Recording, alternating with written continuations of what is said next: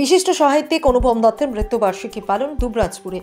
সুন্দরম রাষ্ট্রীয় ও একাধিক পুরস্কারপ্রাপ্ত শিক্ষক, ঔপন্যাসিক, কবি তথা বিশিষ্ট সাহিত্যিক অনুপম দত্তের প্রথম মৃত্যুবার্ষিকী পালিত হল আজ দুবরাজপুর পাহাড়েশ্বর শ্মশান চত্বরের বনবিথি তলে। বীরভূমের দুবরাজপুর কল্পলোকের বাসিন্দা অনুপম দত্ত 2024 সালের 31 জানুয়ারি পরলোক গমন করেন।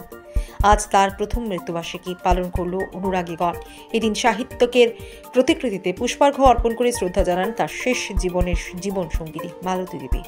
তাছাড়াও পুষ্পার্ঘ, কথায়, কবিতায়, সঙ্গীতে শ্রদ্ধা নিবেদন করেন সন্তোষ কর্মকার, বিমল ওঝা, নীলোৎপল ভট্টাচার্য, আল আফতাব, শান্তি কুমার রজক, সুভাষ কবিরাজ, রঞ্জিত মুখার্জি, শিবপ্রসাদ খা, শীতল বাউরি, নারায়ণ কর্মকার, অসীম শীল, সুনীল কর্মকার, বিধান রায়, শম্ভুনাথ সেন, তাপস চট্টরাজ, অজিত চৌধুরী, মুজিব দত্ত সহ জেলার বিভিন্ন প্রান্ত থেকে আসা 50 জন কবি সাহিত্যিক। এদিন মুজিব দত্তের জীবনের পঞ্চব্যঞ্জন গ্রন্থটি প্রকাশিত হয়, যেটি উৎসর্গ করা হয়েছে অনুপম দত্তকে। উদ্যোক্তাদের পক্ষে বিমল ওঝা বললেন, প্রয়াত অনুপম দত্তকে শ্রদ্ধা ও চর্চার জন্য এমন আয়োজন। বীরভূমের দুবরাজপুর থেকে সন্তোষ পাল ও শফিউল আলমের রিপোর্ট।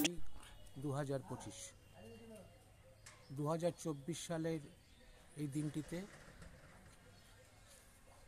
সাহিত্যিক অনুপম দত্ত প্রয়াত হন। অনুপম দত্তের গুণমুগ্ধ অনুরাগীরা আজ পাহাড়েশ্বর শ্মশানে অনুপম দত্তের প্রতি শ্রদ্ধা জ্ঞাপন করার জন্য জড়ো হয়েছেন। সকাল 11:30 থেকে অনুপম দত্তের বহুমুখী সাহিত্যকর্মের বিভিন্ন দিকগুলি নিয়ে আলোচনা করলেন বিভিন্ন আলোচক। অনুষ্ঠান শুরু হয় অনুপম দত্তের প্রতিকৃতিতে পুষ্পার্ঘ্য প্রদানের মধ্যে দিয়ে।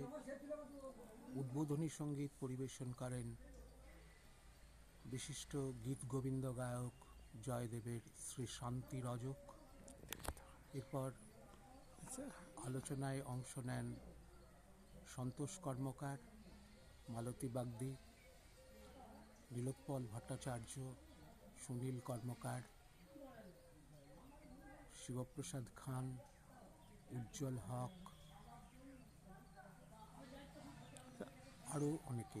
আপনার পরিচয়? আমি বিমল ওঝা, অনুপম দত্তের ছাত্র এবং গুণমুগ্ধ। আমরা চাই অনুপম চর্চা